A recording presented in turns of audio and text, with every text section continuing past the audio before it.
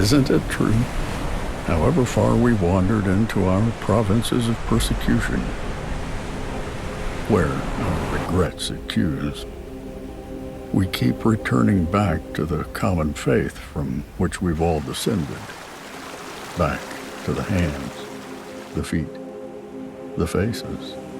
Children are always there and take the hands, even when they are most terrified. Those in love cannot make up their minds to go or stay. Artist and doctor return most often. Only the mad will never, never come back. For doctors keep on worrying while away, in case their skill is suffering or deserted. Lovers have lived so long with giants and elves, they want belief again in their own signs. And the artist prays ever so gently, let me find pure all that can happen. Only uniqueness is success.